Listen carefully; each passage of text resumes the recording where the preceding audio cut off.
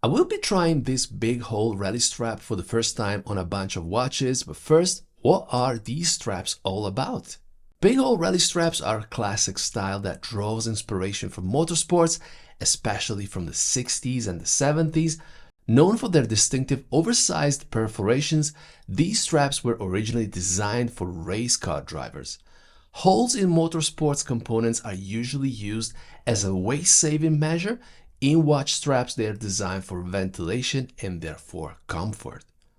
This strap is marketed as made of FKM rubber, which has a high resistance to corrosion and aging. What I do like about it, however, is that it is very flexible, soft and supple, adapting to the wrist shape really quickly. Also, it is quite thick at 5 mm, tapering down from the spring bars toward the buckle, not only in width but also in thickness. That's premium. This complements the proportions of the case well, as it is thick where it matters the most, at the case mount. It also makes for a substantial and aesthetically pleasing look. The surface of the strap is not flat but has a slight texture created by grooves that enhance breathability. The perfect match for this style of strap is certainly a vintage-inspired sport chronograph like this Hamilton Intramatic, for instance. I would like to convey how comfortable this strap is. It does not stick to the skin, it shapes around your wrist effortlessly, and that is a clear plus to me. It is probably one of the most pleasant straps I've ever worn, alternatives at a much higher price point notwithstanding.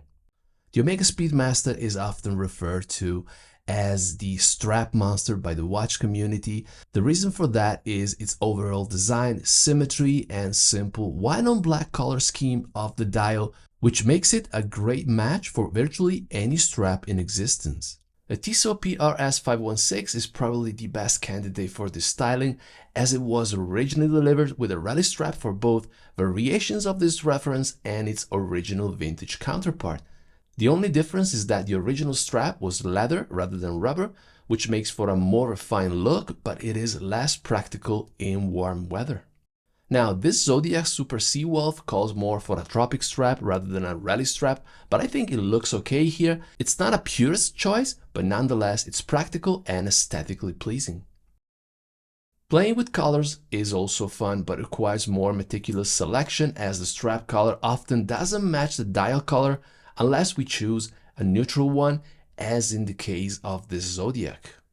One thing I've noticed about this strap is its memory effect. If you store your watch in a case for a day or two, it will come out slightly curved, retaining the shape of the cushion it was stored on.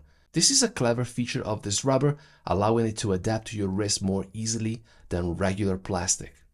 And that is also reversible. This one in black was shaped as the green one just minutes before I've straightened it up. Amazing. Also, no marks are left by the tank buckle near the pinhole, which is something you would typically see with a leather strap, and for some reason this is something I appreciate. Big old rally straps are not for everybody. I suppose it's a design that you have to like.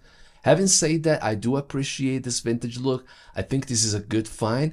It complements many watches I own, not just chronographs. It is made of an excellent material, very flexible, but at the same time with a memory effect for excellent comfort.